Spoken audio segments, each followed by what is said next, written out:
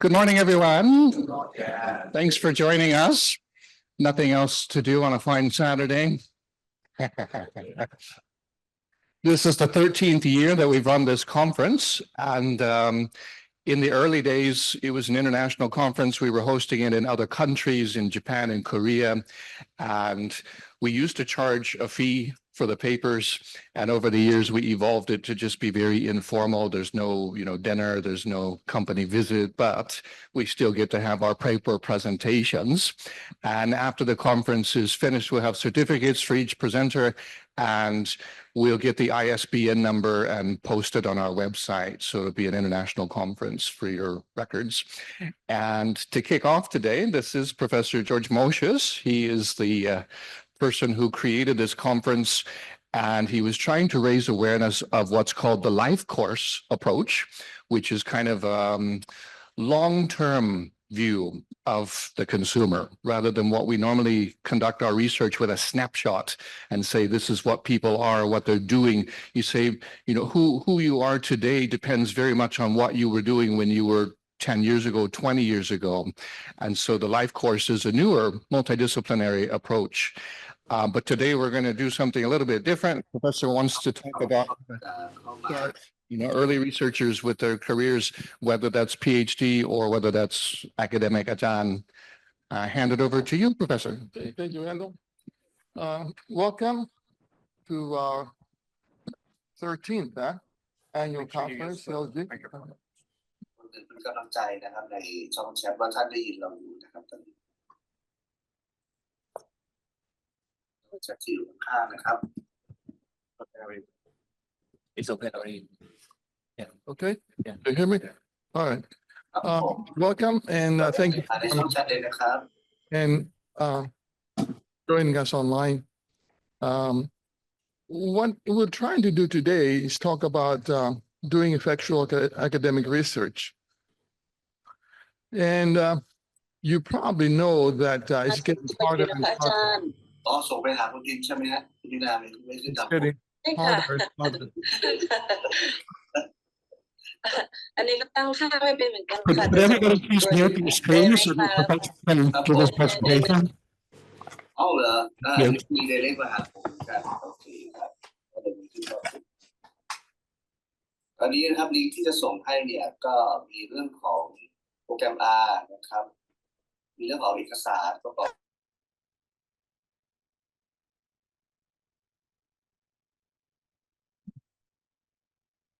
Okay. Hopefully we have solved the problem, huh? Yet. Or not. It's getting harder and harder to get published in academic journals. And universities are expecting their faculties, even doctoral students, to publish. At the same time, the journal space has been relatively stable. There have been new journals coming up, but not enough space. Not enough space to accommodate all the manuscripts that have been submitted to journals. As a result, acceptance rates have plummeted. Desk rejection rates have skyrocketed, and early career researchers are having increasingly hard time to get their research published. By early career researchers, I'm referring to doctoral students and faculty during the first 5 or 10 years of their academic career. So the reason that we are having problems publishing as an early career researcher is primarily due to actually 2 or 3 main factors. First, traditional doctoral programs do not prepare you for publication in journals. They prepare you for doing research, not to get the research published. Second, there is a difference between the early career researchers and the more seasoned researchers who have learned the drill of publication. They've gone through experience. Early career researchers haven't had that opportunity. It takes time to learn those skills. And I also observed disparities across countries. There are researchers in the more developed countries are at a better position, they have better skills, perhaps better training, and they're more effective in publishing than researchers that are trained in less developed countries. So there are disparities. What happened here?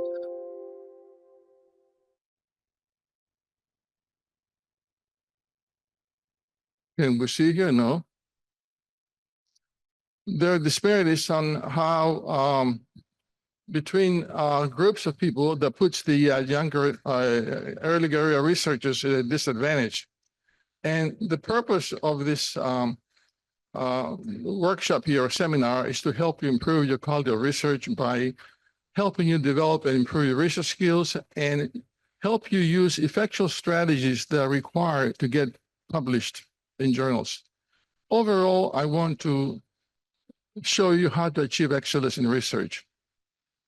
Now, about this workshop, thank you. Okay. Okay, thank you. About this workshop, we're trying to do a couple of things. First, to help you publish effective research by showing how to choose a topic, how to do research, publish research. And my focus would be on what I call the ingredients of successful research. We're not going to be able to touch in detail on every area that is required for you to be familiar and competent in, but I think I will create some awareness of the areas that you should think and how to think about what I call the ingredients of successful research.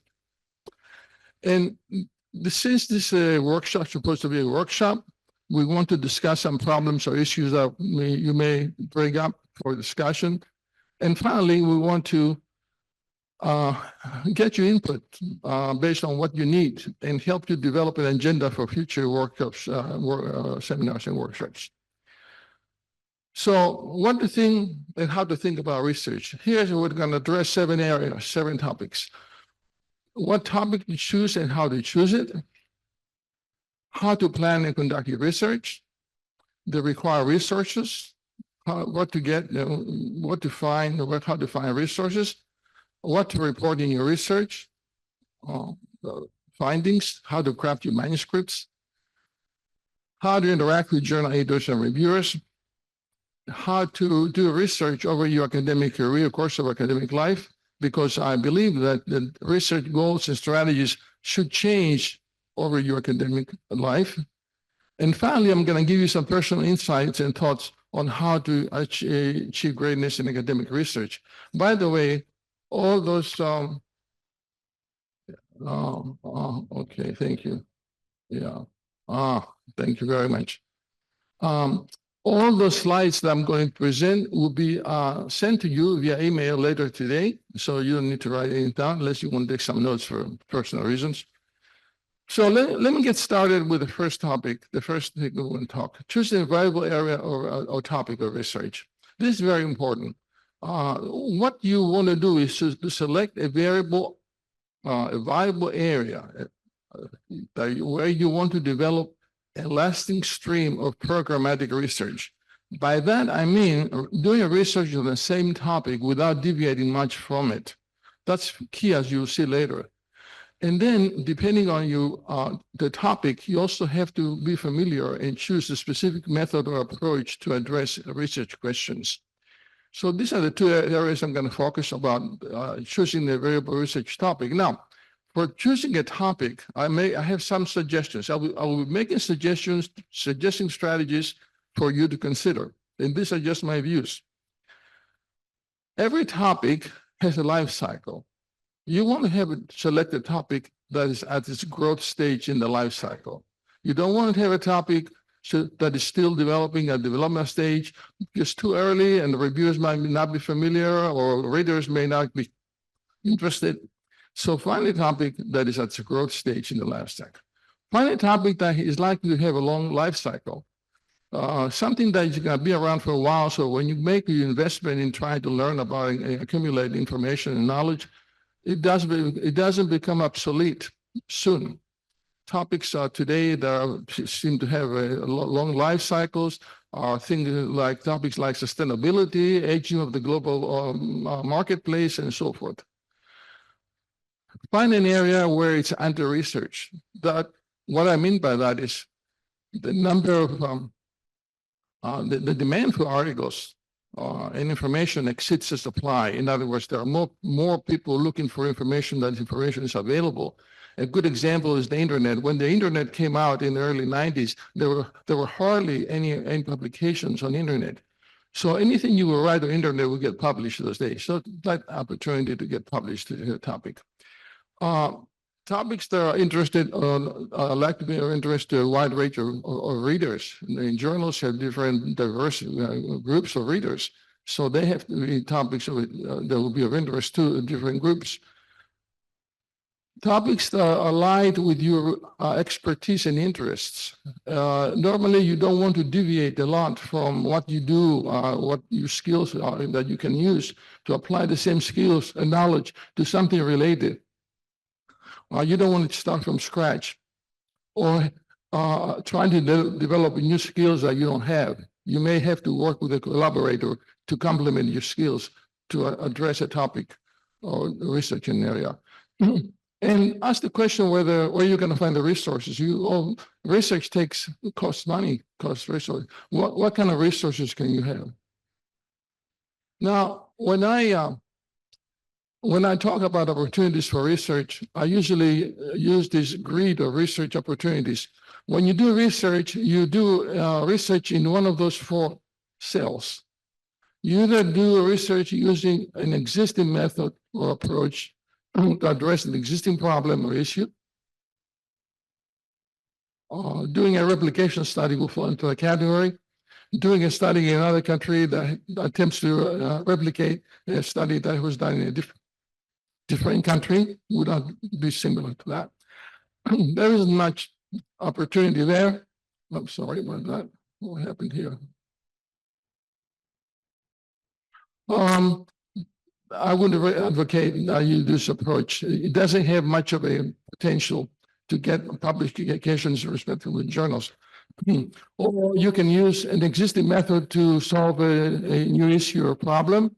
An example would be using a diffusion model to predict adoption of a new technology or new product and so forth. That's fine, but it's not going to, be a groundbreaking kind of finding that you're going to be able to find. You're likely to find the same thing that other studies have found. Early adopters tend to be younger, better educated, and so forth and so on. So the greatest opportunities are in cell B. That's where you bring a new method or a theory to solve an existing or problem or issue. This is what I advocate. You do a dissertation or a early career or something that you want to make sure you get something published. When I was a doctoral student, I think my second year as a doctoral student, I found a theory in psychology about how explain how people are influenced by others in making decisions like occupational decisions, marital decisions, and so forth. And I said, this theory can also explain how consumers make decisions, why they prefer certain products, services. So I spent not more than $100 to print about 300 questionnaires, 4-page back-to-back. And I went to the mall and I handed out those questionnaires, self-addressed envelopes. I got 200 back.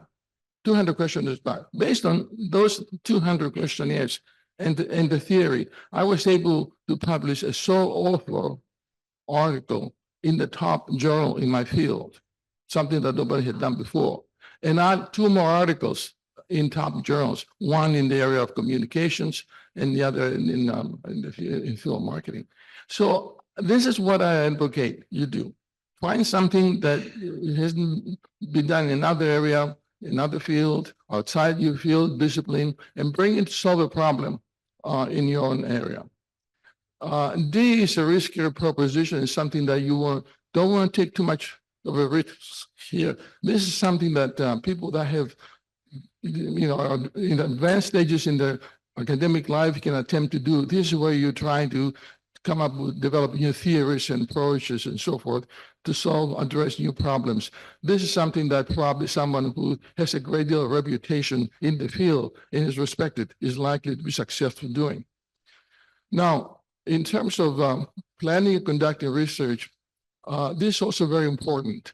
Research should start with a research question or issues. Unless you really know what you're trying to research to find, you're not going to be able to do successful research. So you need to outline your research questions and issues. And based on the research questions, you have to select the appropriate method. If you're trying to build a theory, chances are that you may have to use qualitative research. If you plan to establish relationships between variables, you may have to do a quantitative research. Resources are very important in the kind of research you do. What kind of skills you have and what kind of skills you're going to need to do the research. Do you have enough skills or should you work with somebody? Normally a collaborator should complement your skills, should not duplicate your skills. Collecting data via different platforms. You can collect data with different methods, but you have to be aware of the advantages and disadvantages of different platforms. Even within the same platform, like online, there are wide variation in the quality of data. And some journals will not publish articles based on different select methods of data collection. For example, the Amazon panel that produces data, can give you data, is not acceptable in just about every journal in my field. I know they will not publish anything that uses Amazon database, whereas they will publish something based on another platform used by Qualtrics, for example, which is more credible because they use workers as participants and they get paid not $1 that Amazon pays, but several dollars. So, but what's important before you publish, before you do the research, is to determine the number of potential manuscripts. What's going to come out of your survey, for example? When you look at all the questions in your survey, you have to say, okay, this set of questions or this set of items or measures are going to address these issues. And this set is going to go to journal A. This other issue or set of questions are going to address a different issue and go to journal B.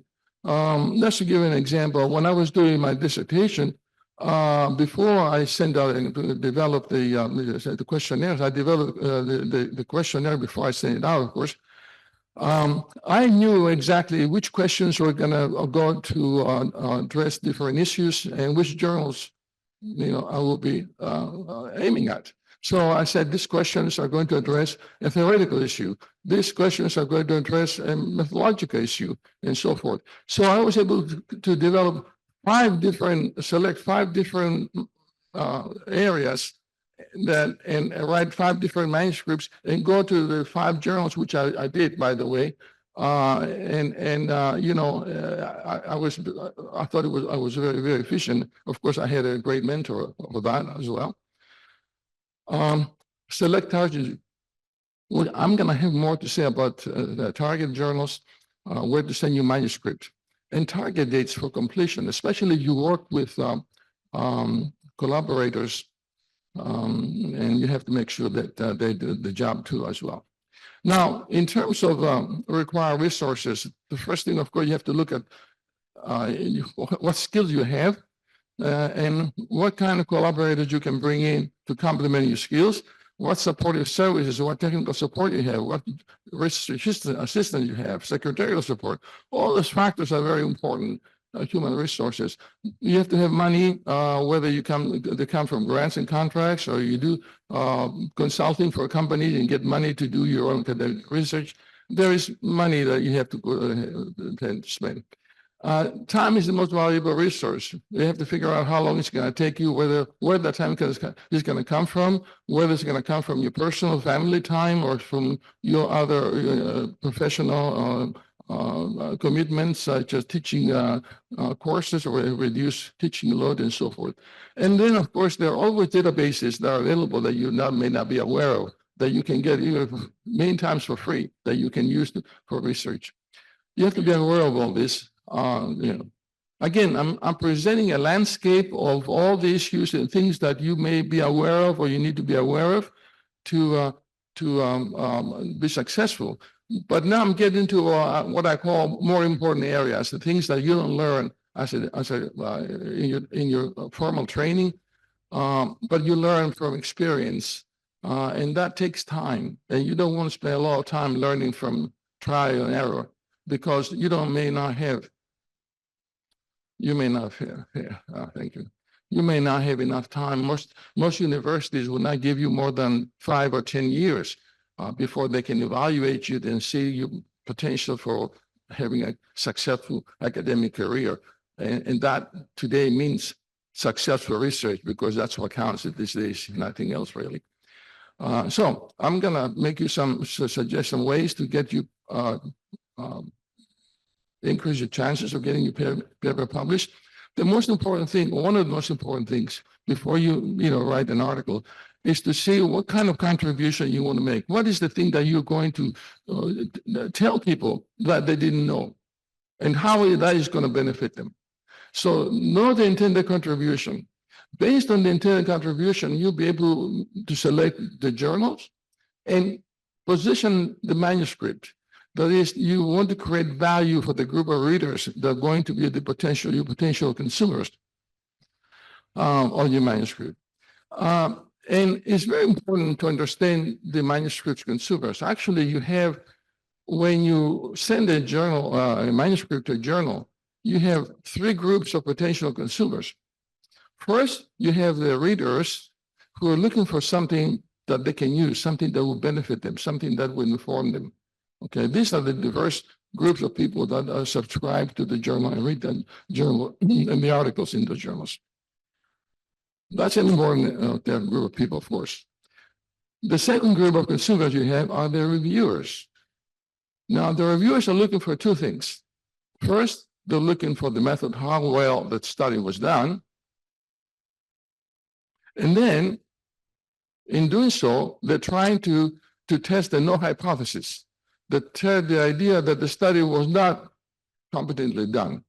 Because if they don't find ways to reject your paper, they have to accept the alternative that the paper is sound. And then they move into the second area they're looking for, the contribution that the paper makes. What is the incremental knowledge that we learned that we didn't know? So you have to understand the reviewers actually what they're looking for. I have more of that to say later. Finally, you have another third group of consumers that I call the journal editors.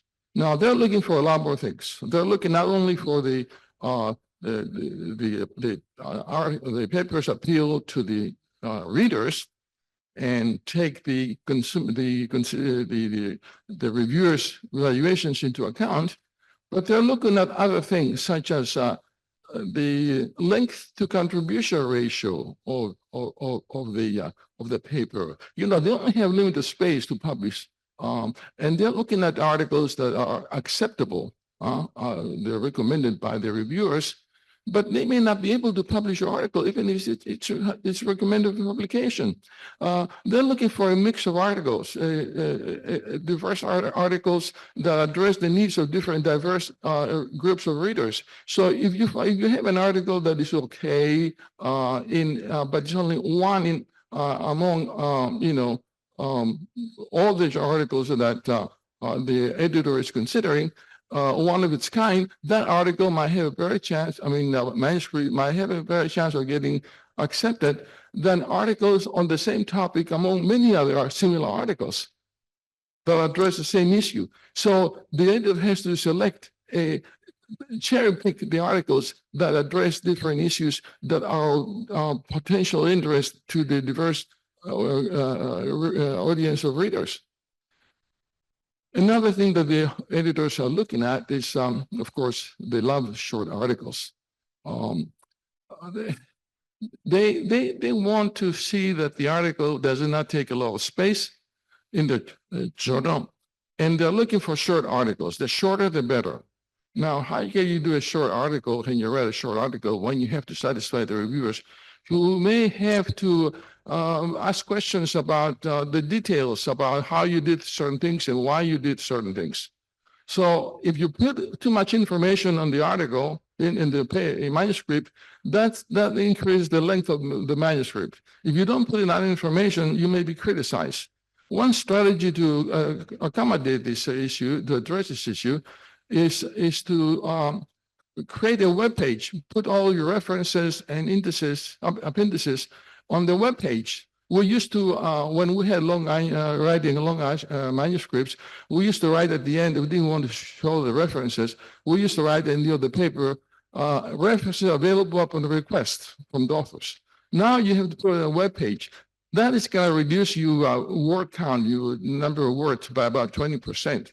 Another way to reduce the article, make it more concise and shorter, is to throw out references that are not cited at least by themselves in the text. When a reference is cited with other references, only with other references in the text, and not by themselves alone in the text, those references can be limited. That can also reduce the length of the manuscript.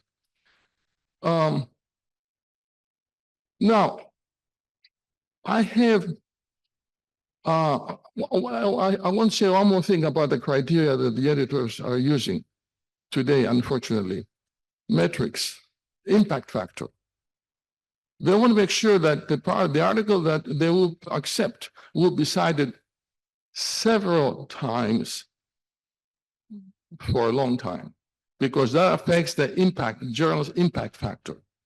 And there's a hysteria about these impact factors and the H index and all that. You probably heard about that as well. But I'll get back to that in a moment. I have suggested a list of features of what I call a well-crafted manuscript. If nothing else, if you're not familiar, I suggest that you familiarize yourself, because these are important things that should go into a manuscript, I think. First of all, a well-crafted manuscript should address a timely topic, issue, or research question that is of interest to potential several groups of readers. If you have a lot of readers out there, different background needs. It employs a sound conceptual framework. If your manuscript does not use a conceptual framework, a theoretical framework, something that really justifies the selection of the variables and what you present as a research, is not going to get published. It has to be sound as well. That means, current, up to date. It reports relevant and up-to-date literature. You have to be current on the literature. Now, this is very important. You should provide justification for every decision that you've made, whether to use a particular method or a sample or a measure or whatever you decide to do. You should say, this is why I've used this. And you don't have to spend a lot of time or space to explain this. If you say one sentence, we use this measure because it has been used in previous research that has appeared in leading academic journals and suggested its desirability. One sentence, you don't have to say a lot about this. Just justify why you've done what you've done. That's very important. Readers are going to ask the question, why do you use this theory and not another theory that's also relevant? Why do you use this measure and not another measure that also, has been used before? You have to justify everything that you do by citing references and citations. The research findings should be based on sound research methods, from sample to analysis to measures used. You have to be familiar with the quality of different samples. Why you use these samples? Why this sample size? You have to justify why this analysis. Just say that we use a regression analysis to test the hypothesis. You're going to be criticized because people are going to ask questions. What if your variables are time dependent? Shouldn't you use Cox regression? What if people in your group, in your participants, respond differently to the independent variables? Shouldn't you use mixture models, for example? You're going to be criticized if you don't justify what you're doing. What kind of measures are you using? Why And my suggestion is to use canned measures. Don't try to develop your own measures. You run all kinds of risks there. First of all, if you develop your own measures, you're likely, well, you may not have valid measures, come up with valid measures depending on the context where you collected the data, especially in different countries. You're applying and use items developed in one country to a different country. You may not come up with reliable measures. That can be a problem. And then, even if you have reliable measures, you have to show that those measures are valid. You have to show, demonstrate validity, external validity. That takes a lot of journal space. When you say we use this measure because it has been validated and used in wide several number of studies, and put examples of some studies, in one sentence you're taking your problem out short and sweet, and don't have to worry about elaborate on the measures. Avoid that. Discussion of findings and the research implications. Now, many empirical studies, of course, test hypotheses, and some of the hypotheses may not be supported. Readers and reviewers in particular would like to know why the hypotheses were not supported. You have to explain in your discussion why the hypotheses were not supported, why you think. Now, don't be disappointed, upset if your hypotheses are not supported. Turn that flaw, the weakness, into an opportunity, a strength. You can say, this hypothesis is not supported. There may be other factors, the reason that there is no relationship, such as moderating variables. And you may bring some insight to suggest what kind of moderating variables might be relevant. So you can say, this presents opportunity for future research. So the shortcomings that you have from you get from not having hypothesis supported, you can turn into strength and say, directions for future research. Look at the moderating variables, look at mediating variables. We have not been able to address this issue in this research, but future research should do such and such. So the research implications are important.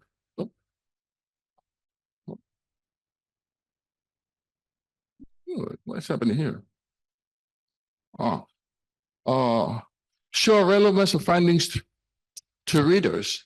The readers are looking for something that they can use, something can benefit from.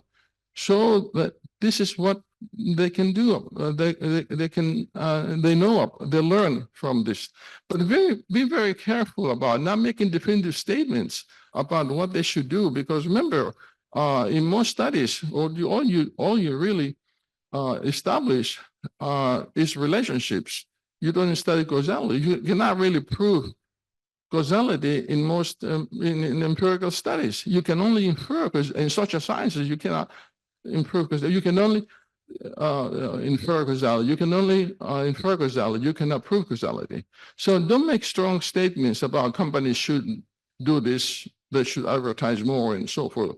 You say that advertising may affect, for example, sales, but don't be very definitive as to how much the sales can be affected by spending certain amount of advertising. For example, in a study, you might find that advertising explains 2% of the variance in sales. And now you tell executives that they have to spend 5% of the advertising budget of the sales budget on advertising to increase the sales by 2%. They're not going to really go for that. So be very careful. Make it relative, short and concise. Okay, the shorter the better, as we said. It sells. The manuscript sells itself if you make it, if it's well written. There are studies that show that well written manuscripts, even if they don't say anything of substantive nature, they're accepted, they're well received.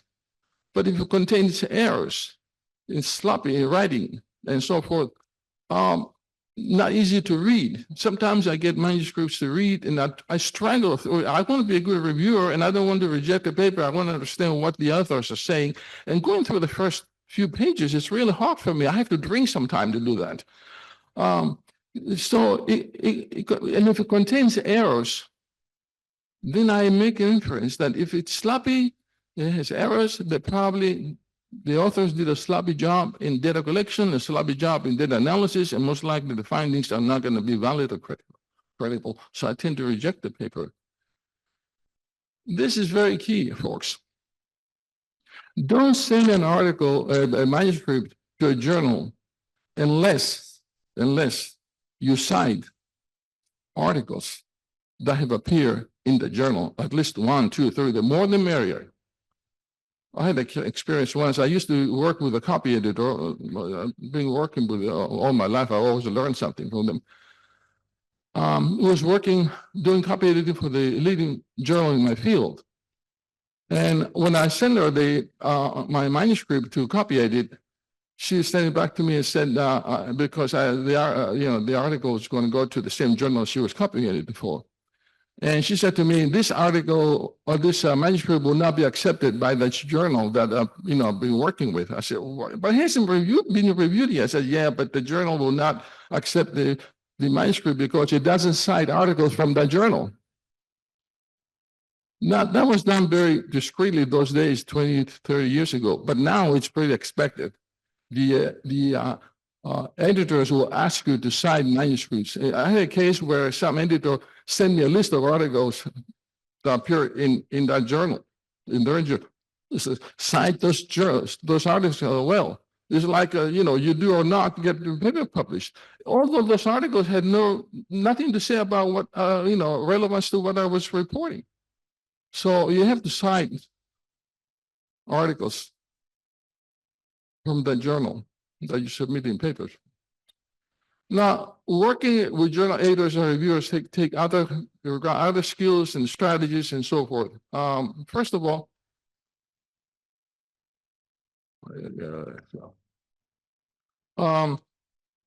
manuscripts, you have to develop strategies.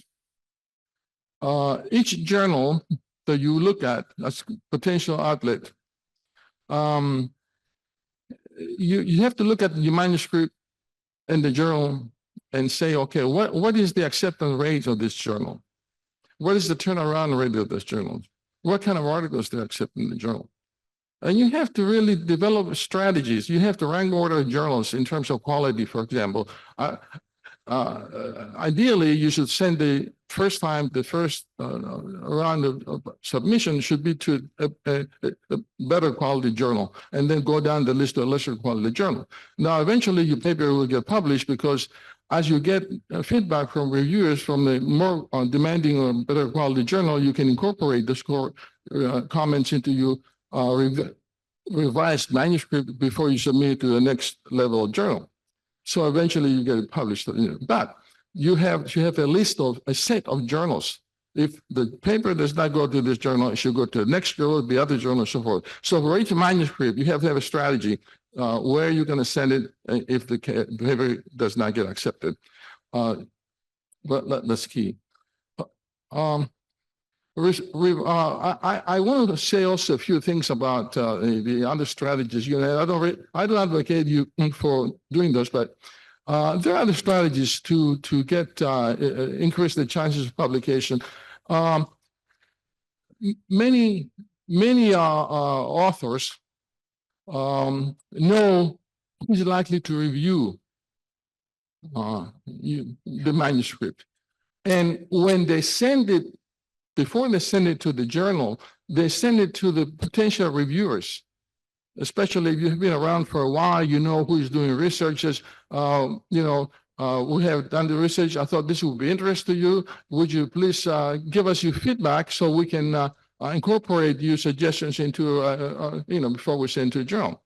But what they're doing by doing this, what they're doing is that they eliminate the potential reviewer.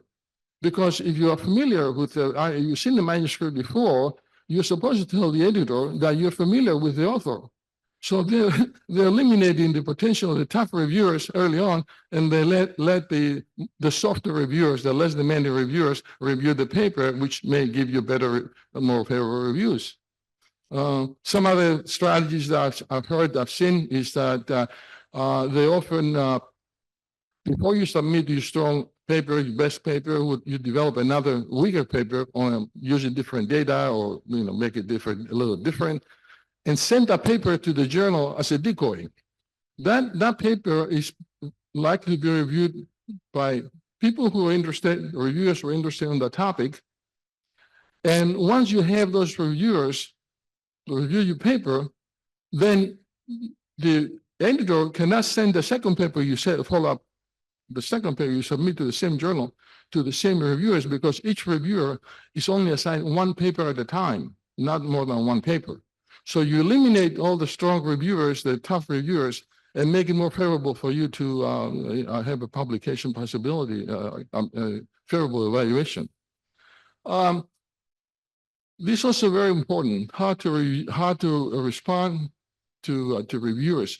For every suggestion, every concern, you should provide some explanation as to what you've done and why. And as a rule, you never argue with the reviewer. You never confront them. You never tell them they're wrong. They're always right. Tell them they're always right if they're wrong, because they also have ego. Sometimes they're not as informed. So you have to realize that the reviewers out there are doing a thankless job. And sometimes they can be some really unreasonable reviewers. They're very reasonable about what the expectations are and so forth. So you have to address the comments and suggestions. So be more political about it. Try to say, well, we struggle. We consider the whole option, what you're telling us. We thought about this method. We thought about this measure. We wrestle with this idea. We're using the method or our method. Finally, we had to use this method because we were not sure which one's better, but I hope you accept what we've done. Now, sometimes the reviewers are unreasonable, asking you to do things that usually cannot be done. We had a reviewer, for example, who suggested that we do more than one study and report the same the findings of other studies in the same journal. Just reporting the findings of one study alone took about 50 pages. So we had to respond to that. We said, well, we're going to ask the editor to see if he would allow us extra space to report the new study or the additional studies. And we would like for you to send us an example of an article that has used this approach where they reported the results of more than one study to validate the results of the previous study. He or she could not come up with a solution, so he had to accept the paper. So be aware of the fact that they really are very, very sensitive about how you respond to the requests.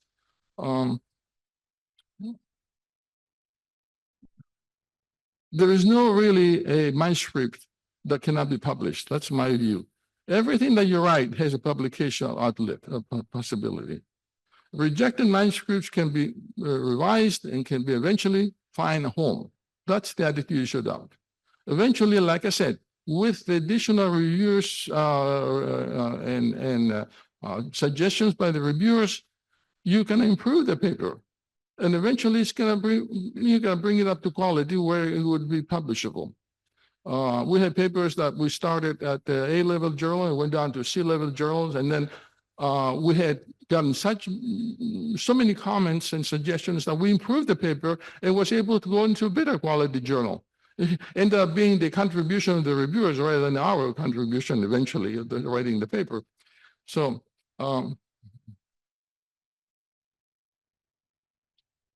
now, I believe that research strategies, goals, and strategies should change over your academic life, and there are differences. I think that there are stages in your academic life. You have 4 or 5 stages, basically. You have the preparation stage, where you learn the nuts and bolts of research. You have the so-called high output stage, where you're expected to produce a lot to show potential for doing well in your career. Where you focus on productivity and efficiency. Once you go through that stage, which usually is the so-called assistant professor stage, and you become an associate professor, I think the goal should be to develop an identity and expertise. You should be known for something in particular, something that you have a credibility and you're widely known for that particular topic. And then as a full professor, perhaps after you accomplish this, you should be looking for something that will help make contribution to your field, help other researchers do better research, develop theories, models, and so forth. And if you have the passion for research and you cannot stop doing research, or you retired and your spouse is not used to seeing you all around the house all the time, and you have something to do, look something for the people doing research and have other strategies for continue research into your retirement years. So I believe these are very important, but I want to focus only on the so-called early career researchers, which involves preparation of early career as a doctoral student and early career as a researcher in the first 5 to 10 years of academic careers. The goals of the preparation stage is to develop your research skills, of course, to learn, take courses, to learn methods and so forth. But you also have to learn to collaborate, learn how to do work with other people. That's very important. And learn to get organized for research, learn the criteria that the journals use for rejecting, accepting your manuscript. That's very important. Improve writing, that, it's key. You have to really learn to write well, because quality writing sells. And you may have to adopt a research philosophy. And by research philosophy, I mean subscribing to a research philosophy such as being a positivist. You want to be a humanist or a positivist. You want to be a quantitative or qualitative. In my view, you should be familiar with both.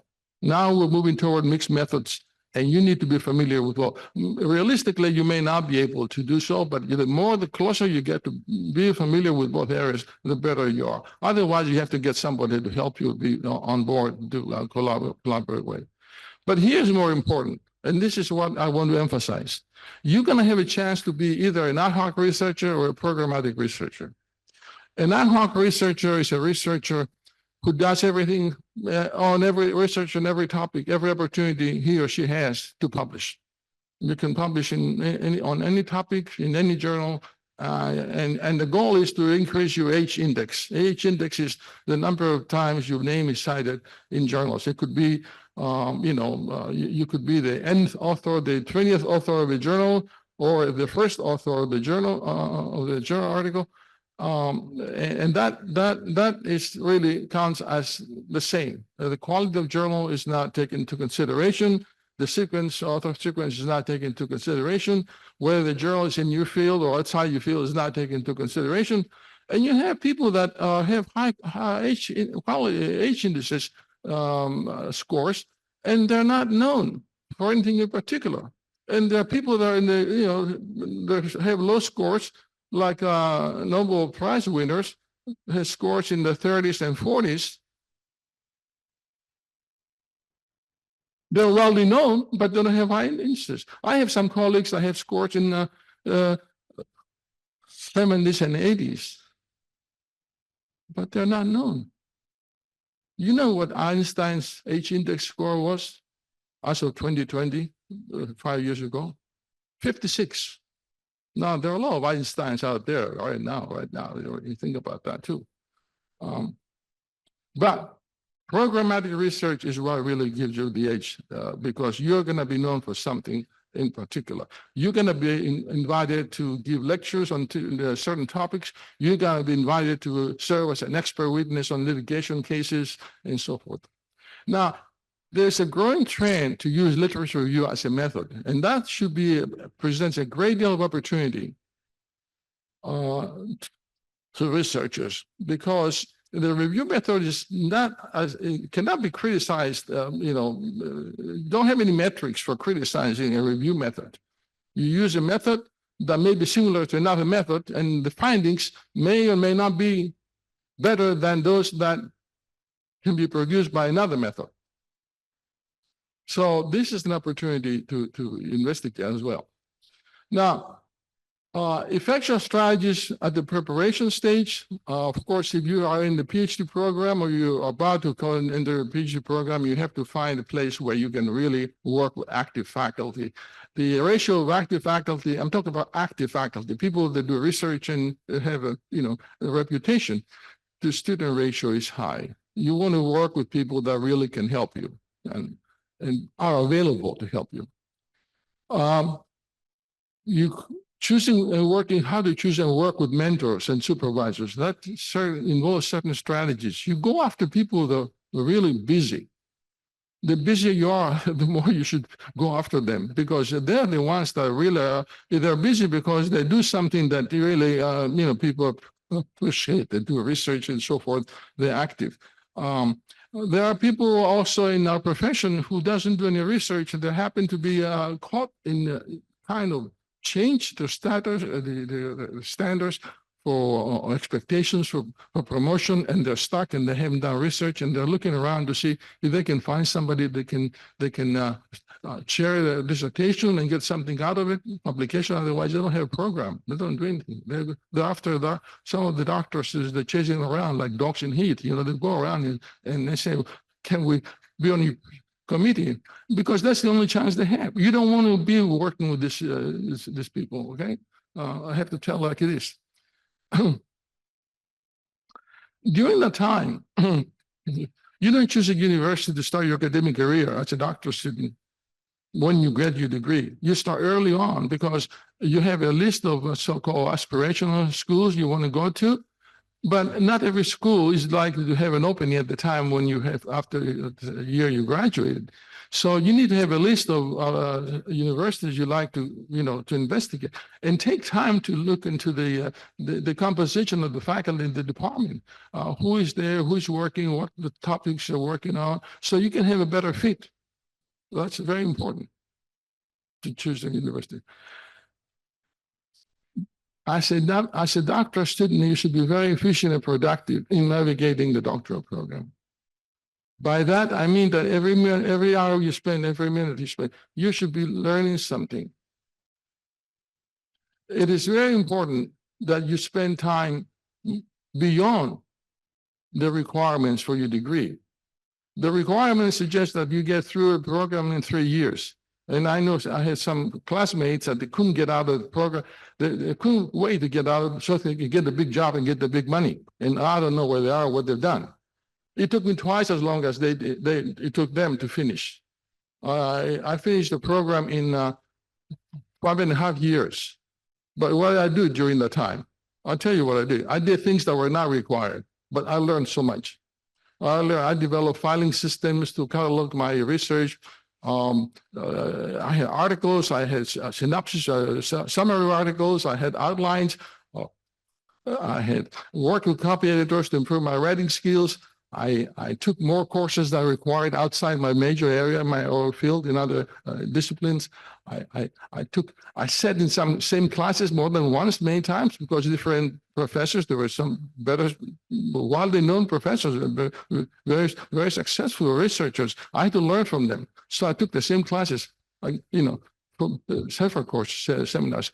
I collaborated with classmates outside my field. Actually, some of the projects that I did with classmates outside my field were the basis for doing my dissertation.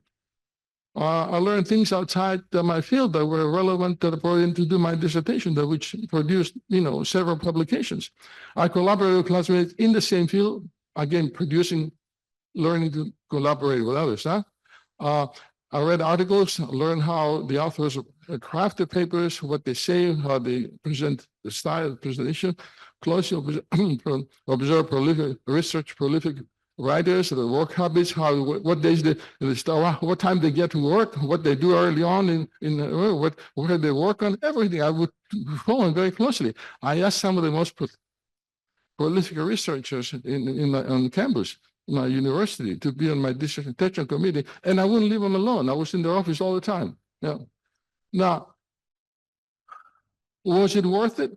Because it took time. Bet it was, because in 2.5 extra years, I did the work that I would have done in the first 5 years of my academic career.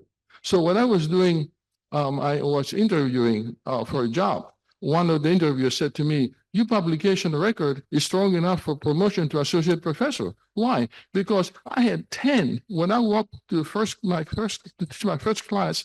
I had 10 referee publication in the top journals, 9 as sole author or single author, top quartile journals, another 10 proceedings papers in a book or 2 books, growth of books.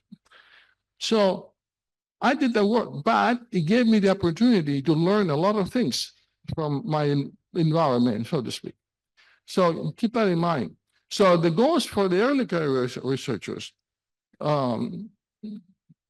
is to increase your output, productivity and efficiency, show activity, show that you publish, show some independence research, that you don't depend on others. You can do some of the things on your own. If you do work with others, show leadership in collaborative studies, show that you're senior author, not always junior author or late author. During that time, as you do research in different areas, we have time, run out of time, huh? Okay. All right. Well, I'm almost finished here, so but I will show you one slide.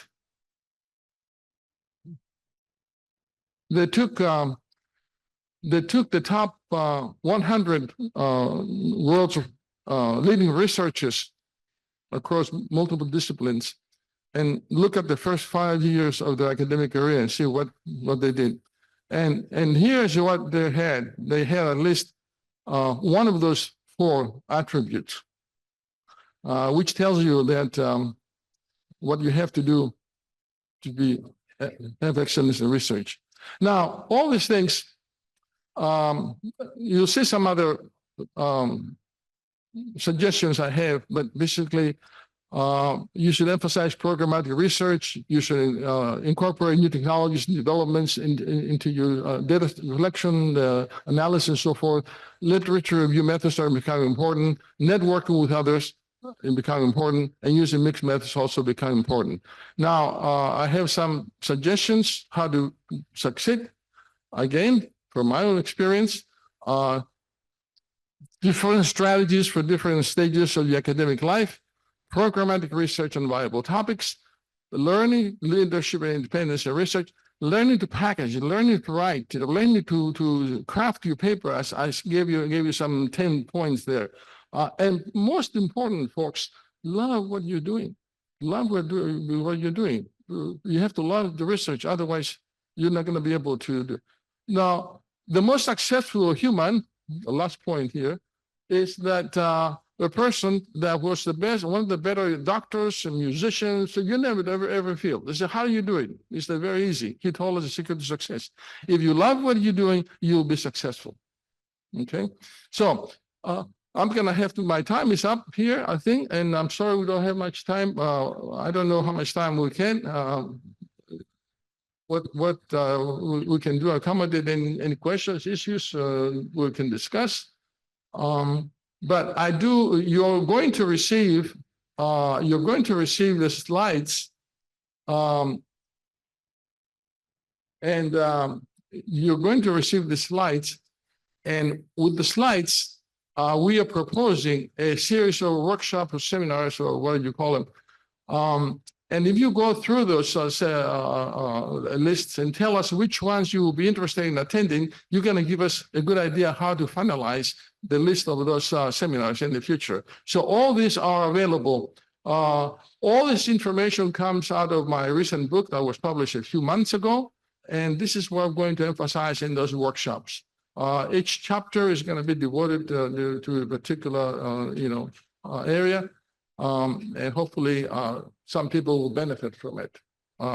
So that's my plan. So feel free to look through the slides and give us your feedback as to what things you may want in addition to know, because I know we have been able in a short time to cover every topic in great detail. So we're going to do that in future workshops. And thank you very much. Hold on just a second, Alyssa, hold on. So thank you, Professor. And I should have kicked off with the introduction to tell you that Professor Moschis was ranked in the top 2% in the world for publications. He's published hundreds of journal articles, and some of these things are difficult to learn and they're unpredictable. Even one time we co-authored together, it took 3 years to get published. So, tips and tricks are very important and helpful as guidelines. Because of timing, what we'd like to do is have 2 to 3 questions from the audience here. And if anybody online has questions, we can take 2 to 3 questions. So people online, just type it into the chat box and then I'll select some questions. All right, Alyssa. Thank you very much. Always get lots of passion for research every time I meet Professor Moschis. Thank you very much. My question is about the filing. You mentioned about filing 100 abstract. I'm just curious, what's the criteria in the filing, like by methodology, by keyword, or because I'm sure that all those 100 abstracts will be on the same field related to your dissertation. So I'm just curious about the. What you put in the abstract? Yeah, you mentioned that you do the system filing for 100 abstract. Yeah, I summarized the finding. I took the journal's abstract and put it on cards, and I have a filing system. Is that what you're talking about? Yeah, I'm just curious, how do you file it? Like, do you group them, like those 100? Oh, at that time, I had research articles cataloged by topic. And then after that, I had research that I would classify based on a model that I developed. So I had a model that shows relationship between variables, and for those relationships, I would categorize. I would put all the articles that reported that relationship between variables. Oh. Okay. So by topic and then by variables. You have to have a conceptual framework to say this article fits into this article. This is what, and then you'll be able to see what the research has been done about relationships between variables and what the research is missing. So that will be opportunity for future research. Thank you very much. Okay. Yes. Ajahn, my name is David Nalong. I have 2 questions. The first question is how to transform conference paper into a journal article. And the second one is how to apply, how to go from which paper? how to transform the proceeding paper, the presentation, into a journal. And the second question is your thought on the use of AI to help with scientific writing. Oh, yeah. Well, first of all, you should not submit a paper to a proceedings or conference before submitting it to a journal. You should go the other way.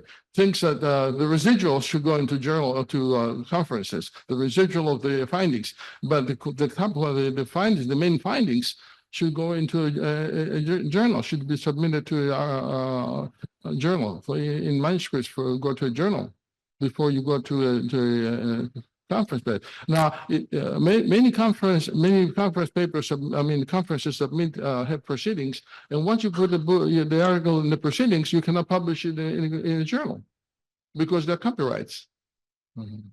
So be careful. Don't sacrifice a good article if it can go to a quality journal. Can you expand on the proceeding paper into a journal, like expand further to some associations or conferences allow you to publish an abstract in the proceedings that will allow you to publish the entire paper in an article in a journal. So if you have a choice between publishing your research as an abstract, a long abstract usually, or a full paper, a full article, use the former. Publish it as a short abstract in the proceedings, and publish the full paper in the journal, manuscript in journal. Okay. Yes. Now the AI, some journals say they don't like that. They don't want you to use it. And the second question relating to your thought on the use of AI to help with scientific writing. Well, you know, like I said, journalists don't like that. You know, so it's not ethical. Let's put it this way, it's because it's not your own work. You know, you can write a book on a topic. You don't have anything to write. All you have to just click and come up with it and stick it in. What's your contribution there? And there are schools where some countries like in Italy, for example, I heard that you're not allowed to write papers based on AI. I think maybe there's a fine line there, because if you use your own writing first and then ask it to improve your writing, I don't think they're going to complain so much. But if you're trying to get them to generate the paper, no. Makes sense, because if you write something and you want to have it paraphrased, you know. Oh, yeah. Okay. But that's a different thing than if you have to write the whole thing, you know. Yeah, because as a non-native speaker, I would assume that having AI help. You can say copy edit. Okay, if you're not sure about how the quality of your writing, you say copy edit. You know, Copy edit. Copy edit. Okay. Appreciate your response. Yeah. Of course, you're not going to cite AI as a source. You're going to say it's your idea. You know. I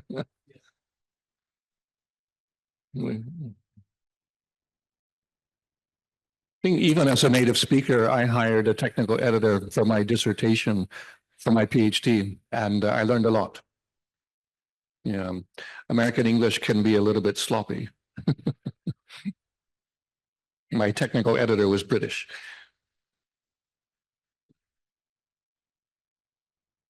Any questions from online participants here? I don't know. I hope you got something out of it. I don't know. They got what they paid for.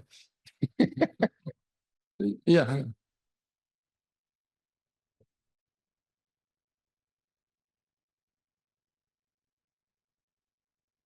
You mentioned having two papers, one paper sending out first, and then the first paper gets the tough reviewers, and then having the second paper sending to the same journal and get a less tough journal. Or you get a very angry editor.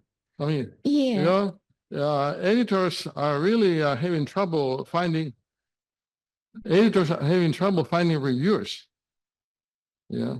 So they're not very happy if you use submit a second paper following the first paper, especially if it's on the same topic, even with different data. I see. As a rule of thumb, you don't submit a paper or two papers using the same data to the same journal. Thank you.